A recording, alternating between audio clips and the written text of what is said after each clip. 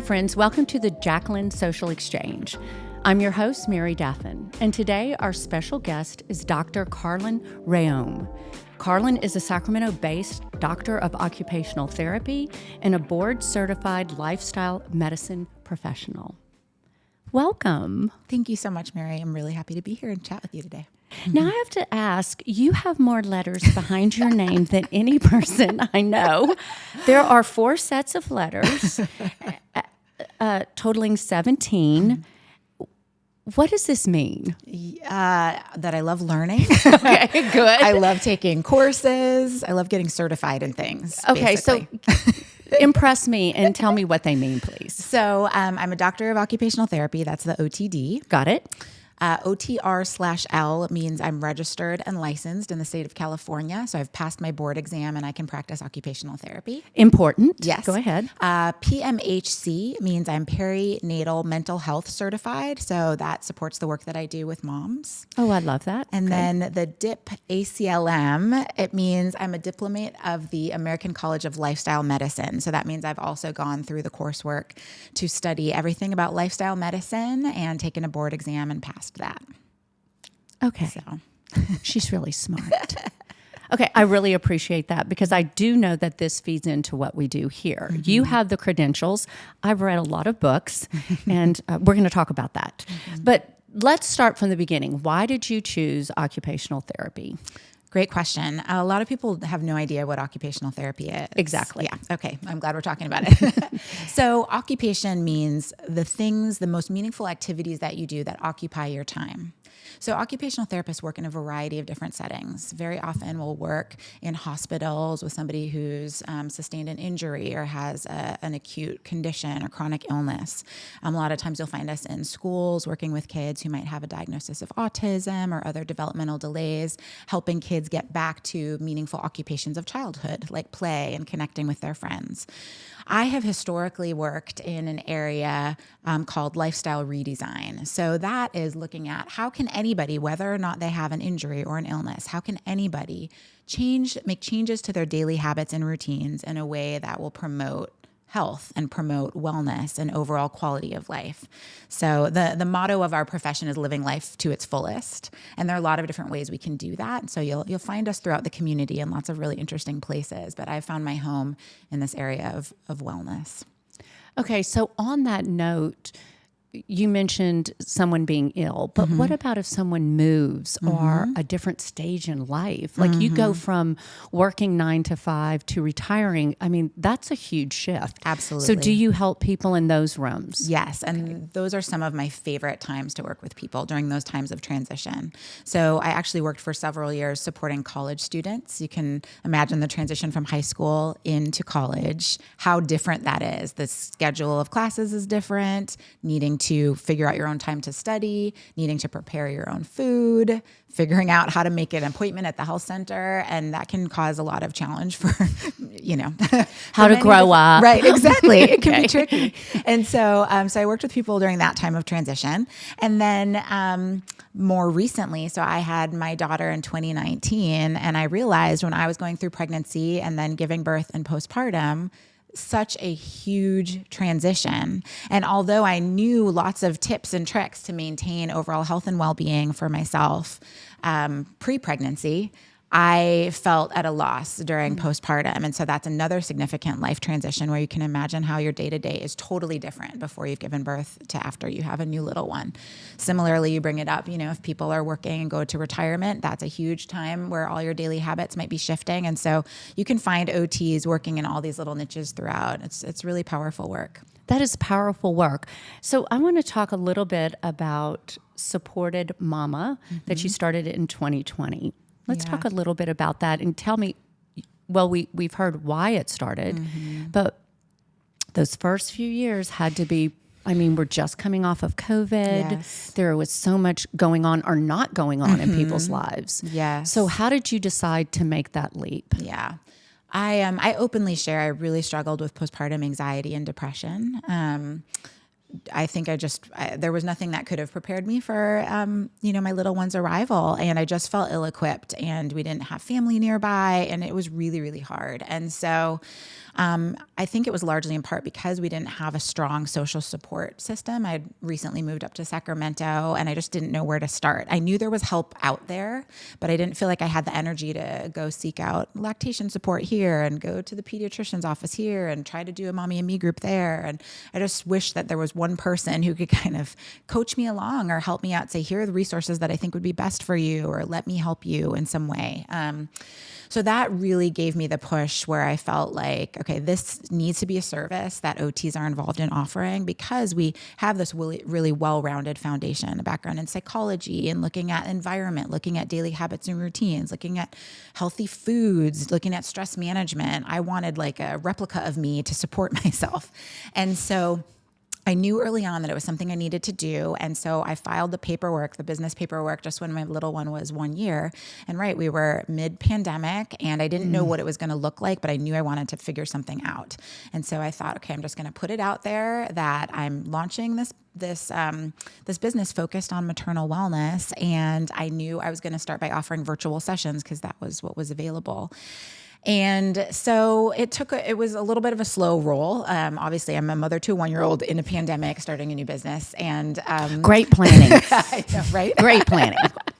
No stress right, there. none at all. But I was like, even if I do anything, it's better than nothing. Like, people need help and I'm going to try my best to help them. And so, bumps along the way, but I certainly figured things out and it got a little bit more smooth as I continued on. And as the world opened up a little bit, I started providing in-home visits, and that was really special to be able to meet with people in their home environment, and they could walk me through what's working, what's not working in your space, in your day. And I just loved it. So I knew I wanted to keep building it. And so then December of 2022 was when I got my first brick and mortar. And that's where I am right now, over by McKinley Park. And so I'm able to welcome people into my office there. I love it. So with your background, were you surprised at how difficult motherhood was, that transition? Yeah. I think there's books out there, but again, nothing can prepare you. Like, you can read all you want, right? But that real life experience just takes a life of its own. It does. And I think, a lot of clients that I see, there are similarities between, I recognize the similarities. And, I used to be somebody who was very in control, on top of things. I like to plan. I like to get things done on my own timeline. I felt very efficient and effective. And then I had my little one, and that flew out the window. Yeah, I had to really just sit in the space of being more flexible, more adaptable, just being okay, this is what's happening right now, and I'm going to go with it. Thankfully, I had a meditation background and some mindfulness practices that I think really supported me, and still it was really hard. So nothing could have prepared me fully at all. Do you think it was, I'm going to use the word destiny, that maybe you went through that so that you can in turn help other women? Yes. I think our society, we are controlled based. And if we can control our environment, then we're okay, right? Yeah. And then you have this new one who blows that up. That's right. I do really think so. Because I have been able to, and actually after I started Supported Mama, and we still went through rough patches, I wasn't in the thick of my postpartum depression and anxiety, but I still had a toddler. I'm working full time. There's still pandemic, the world keeps happening. And so moments that I just felt were so challenging, in the back of my mind, I said, I can use this. This is going to be valuable for me in the work that I'm doing and supporting clients that are in a similar spot. I can empathize with them. They're not alone. I just can recognize how challenging it is. And so I do think everything lined up. People have asked me, did you always envision you were going to go this direction with your occupational therapy career? Not ever. I didn't even know this was a possibility. It didn't cross my mind until it did. Until you needed it. That's right. Wow. Yeah. That's really interesting. I did not know that. Yeah. I know parts of your story. I did not know that. Yeah. So now, how did you get to the Jacqueline? Yes. Let's talk about us. You got it. How did you come to find the Jacqueline? Yeah. Well, I had heard just murmurings around town that something was going to be opening here. With a focus on supporting women's health and well-being. And given what you now know about Supported Mama, I just am so passionate about people accessing care and supporting their health and well-being in a way that fits their life and is like exciting to engage with. And so when I learned there was going to be a space that women could come, where people could come and just explore, engage, people who enjoyed being creative, people who enjoyed being inspired, learning, like all of these different pieces, I wanted to for sure be connected. I was just so curious what was going to unfold. So you came to us. I did. I love that. Yeah. Do you know, I often say, because I talk to everyone that comes through the doors, that I feel so many times it's destiny when you hear people's story and how they connect to the building, whether it could be through Jackie and the recourse of having cancer, or just the sheer beauty of the building, or they know someone, but it's like their path leads them here and it's undeniable. They'll walk in and go, I have to be a part of this. What do you think, or how do you think creativity plays a role in wellness? Because I think so many times, and in our school systems now, this is being passed over. People have not always viewed creatives as professional. How does that relate into what you do and how you really treat people? Absolutely. Creativity is so important. We know creativity is good for the brain. Just the act of engaging in something novel, something new, allowing yourself to be silly, to be playful, to be creative. It helps promote all of the healthy brain that we want to establish from a young age that will carry us on long into adulthood. And the Jacqueline creates so many opportunities to be creative, to do things that are outside of your wheelhouse, the things that you hadn't even known were options. Very often we'll have somebody come and do a workshop here, talk about it, or there'll be an experience down, in the studio, or something that people can engage in that is just brought to you, and you're with other people. So in that way, it's like a safe space. You don't have to travel far away.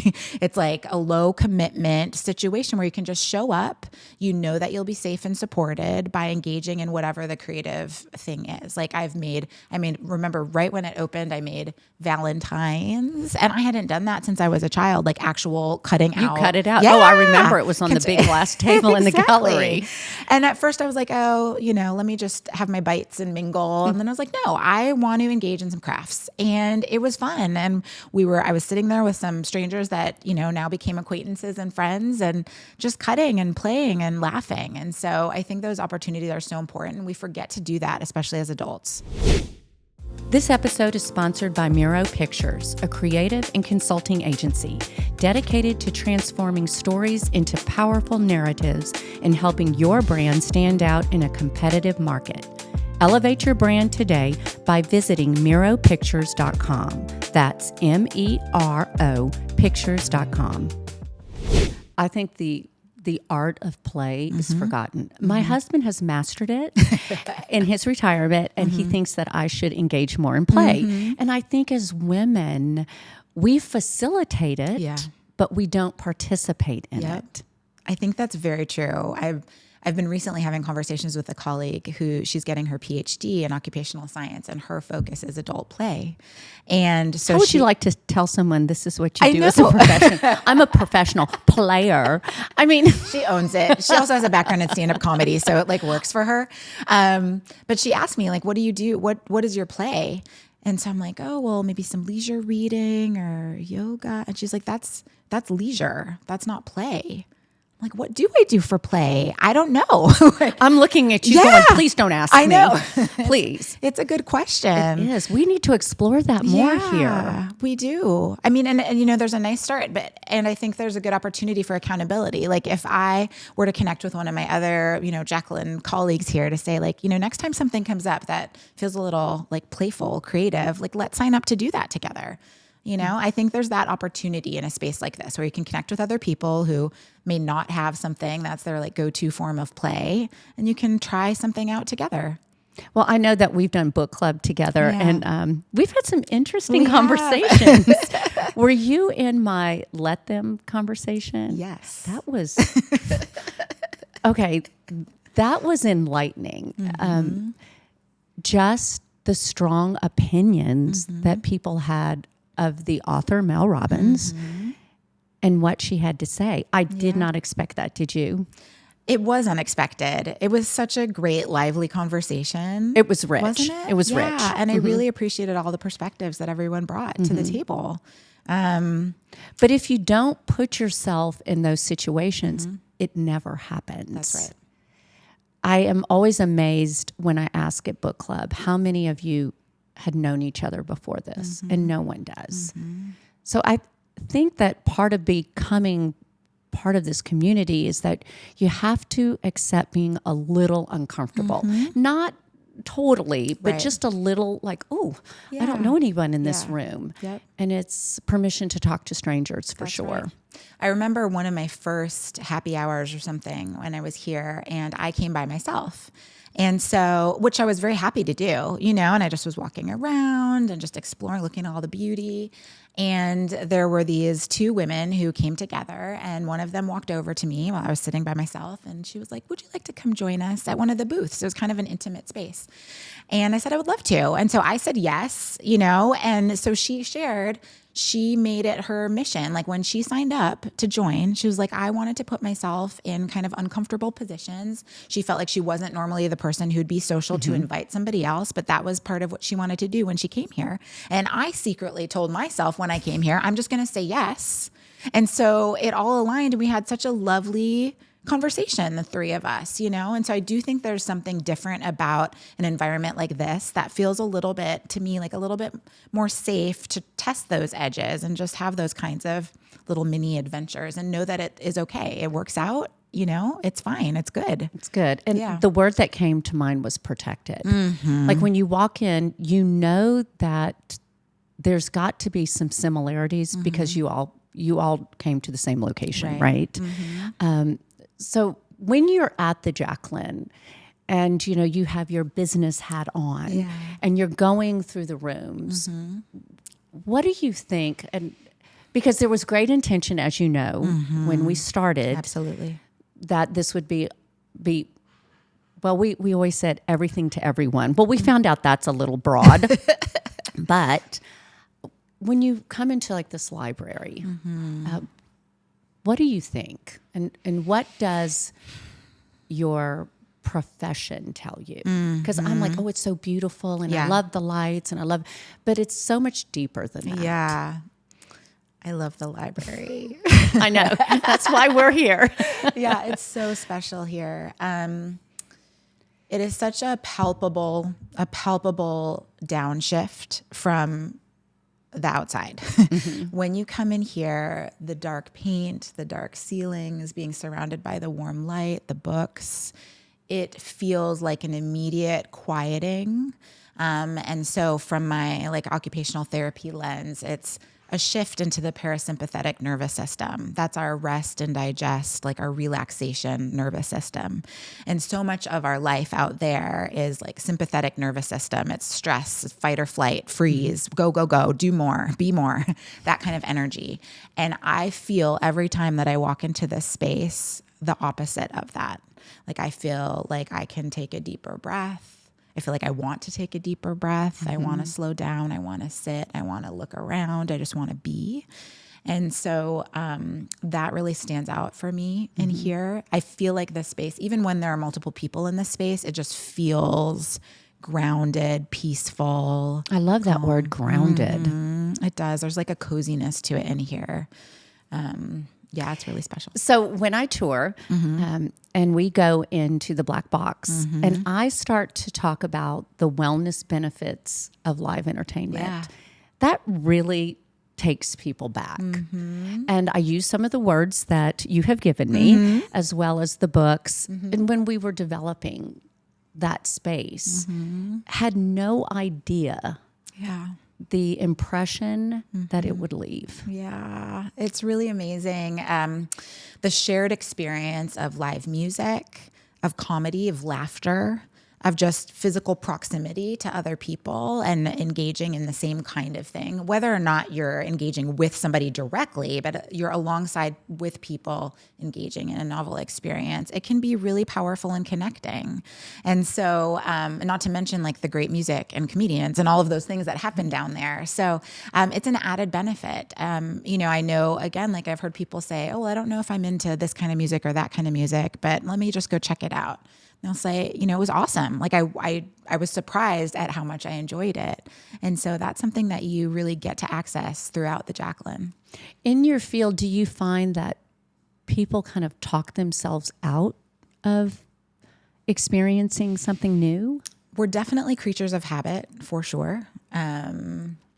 And so sometimes I will work with people that are just kind of in a little, I don't want to say rut. Maybe it is a rut. Maybe they feel it's a rut, but just kind of, you're just going through your day and doing whatever it is that goes on in every day for you. Or you already have a very full life where you're working and you're tending to your family and you're planning kids' events and you're doing all those things. And there's not a lot of extra, like we talk about cognitive or emotional bandwidth. Like doesn't feel like there's a lot of extra space to try something new.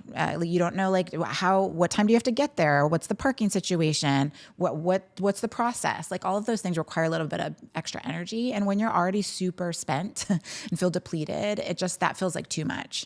So knowing that everything here is so well thought through, the Jacqueline, you all make it so easy for people to participate and engage. Like so much of the planning has been done, like just show up and you're taken care of. That really eliminates a significant barrier. So people just have to be willing to say yes and try it.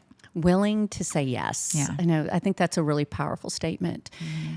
There is one overriding facet about the Jacqueline that I talk about all the time, and it's the power of community and just how we're wired to be in community or connection with people. Absolutely.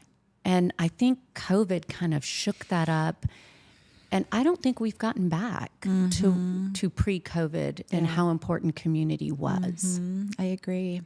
And yeah, every time I come here, I'm always amazed by that and just the connections that people are willing to make. Like people, you always catch eyes with people. They'll smile, they'll say hello, and that feels really sacred. Honestly, it's very special.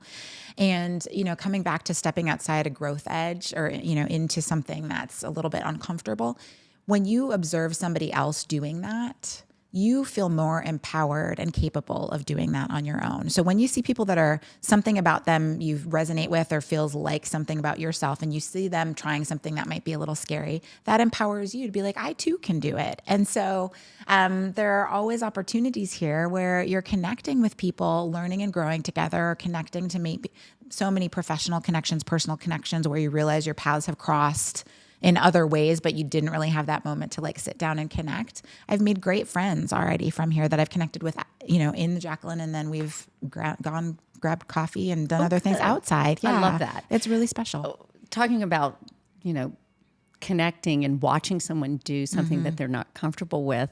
I remember our first few nights of karaoke. I was like, I am so nervous for these people going up there. Yes. But everyone has so much fun. Matter of fact, we had an event yesterday, and one of our members walked up and she goes, you have to tell me when karaoke's coming again. Oh. And I would have never in a million years thought she would want to do this. And then lo and behold, she came a couple weeks ago and just had an amazing time. So again, trying something, but in our world, for me, it just can't be too difficult because I do feel taxed. Right. That's right. And I hear that with you. So I think that low threshold is really important in what we all do. And whether it's here at the Jacqueline or someplace else. That's right. To set ourselves up so that we do step out. Absolutely. So before we leave, I do have a couple questions that I want to ask you. Number one, I do want to know how you feel like wellness and what we do here, but also a broader scope, really fosters connection and community. Like outside of the Jacqueline, like we have these beautiful walls and we want people to go out and experience things that they've learned here, but in a broad sense. Yeah. It is so important. Like, the more, the saying of putting your oxygen mask on before you, give it to someone else. That is number one, right? If we each are fueling our own kind of sense of health and well-being, the more radiant we're going to be wherever we are, and the more we're going to be able to build community, shine, and grow, in here and out in the world. And so that, I think, is so important. Like, I'm a happier person. I'm a more pleasant person when I've taken good care of myself and filled my cup physically, socially, et cetera. And so I connect with the community in those spaces where I'm engaging in my physical activity or, connecting socially, but I'm also engaging in community when I'm out and I go to the farmer's market and I'm, looking at the produce or whatever. I'm much more friendly and talkative. So that's a big piece of it. But then I really think it does connect with that piece we were just talking about that shared, knowing that you're working towards something alongside other people, either in the moment or just like generally, it really enhances the sense of connectedness. Like, we all are striving to be our best versions of ourselves, to make our community better, make our environment better in the ways that we can. And so that's really powerful when we're all working together as a collective. Well, there's some days I don't. Yeah. I mean, and so how do you address that with your clients? Yeah. There's just sometimes you're Totally. like, I'm done. Yeah. Like, I don't want to be a better person today. And I think that's I want to stay in my jammies and not do anything. Totally. So I think that's a really important piece to honor, because that is valid. We've talked about the pace, the demands that we experience in our life. And sometimes it can just reach a point where we need to rest, we need to pause. And so whatever that looks like for you, honor that and engage in, we talk about sometimes in occupational therapy, like healthy pleasures or like intentional reset, an intentional restorative activity. So if you make the choice today, all day, I'm going to stay in my pajamas, I'm going to stay in the bed or on the couch, I'm going to watch whatever shows I want, and that is what I want to do because I just want to be in a cocoon.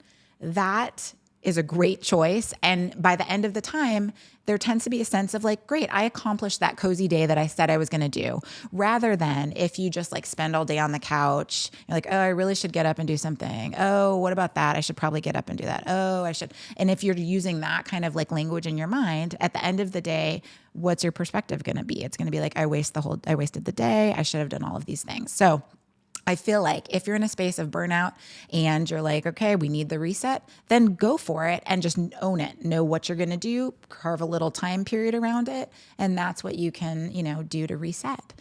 I love that you use the word honor. And I also noticed that you use the word should 3 times. Like, you should do this. Yeah. I think that's a dangerous word. It is. It is. Like, you think I should do this and I should do that. Yeah. No, maybe today. That's right. You should not. Yeah, that's right. That's right. I actually took a movement class yesterday, a Pilates class, and the instructor said, let it be okay. Let it be okay that you don't. Like, check and see if your body wants to do this one movement. If it doesn't today, let that be okay. That's great advice. That's right. That's a really good one. Let it be okay. So on those down days, how do you kind of gauge down days, a few down days? How does it, or could it morph into depression? Where is that, just for people, because you already said that you struggled with depression and anxiety. And some of those symptoms of just being a cocoon or turning in could mimic depression, right? Yeah. So what's a gauge there for someone? That's a great question. I definitely would say the amount of time, like if you have multiple days in a row, or you're realizing more often than not, you're feeling like you want to cocoon, that could be an indicator there's something going on that just requires a little bit more attention. It doesn't necessarily mean depression in and of itself, but it could be something. If that doesn't feel like your normal way of being in the world and that's a change, then that would be something you want to pay attention to. So it's really when a lot of times if you're not feeling joy in the things that would normally bring you joy, or, stepping outside for a moment to get fresh air on your face or feel the sun, like if that feels like too much, too hard, some of those things can be indicators that there's something more significant going on. But if it's just a pause and you've been really, full steam ahead for, a full busy work week or something like that, and you just need a day to reset. I consider myself to be an introvert, meaning that I get energized by being alone. Guess what I am? Exactly. Oh, well. And so when I am feeling so exhausted, sometimes I realize, wow, I've really been like in a forward facing social, variety of social situations. I just need some me time. And maybe that's curling up in bed. Maybe that's just being quiet. Maybe, those kinds of things. And so a lot of work that I do with clients is really helping them. We call it occupational self-analysis, where you're diving deep and really examining, okay, what do your daily habits and routines look like? What fills you up? What really depletes you? What brings you joy? What helps you to feel healthy? Are you engaging in them? Not so much. Those little seeds. And so if you really kind of dig in there to figure out, okay, what's going on for me? What do I want to change? What's working? What's not working? That can be a really great starting place. Do you find as a whole, people are that aware of themselves?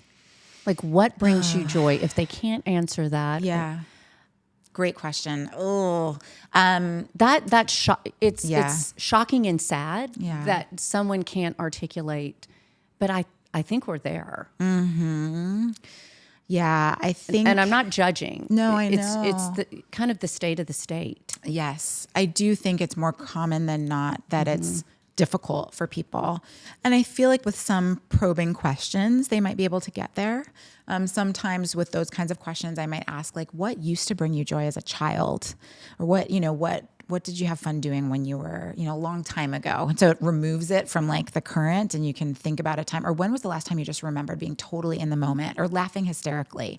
And then that can bring some other stories to mind, and you can recognize, oh, it was when I was, with other people, or we were doing this nature thing, or, pieces like that. So stories and kind of having people key into old stories, memories, that can be a helpful way to tap into that.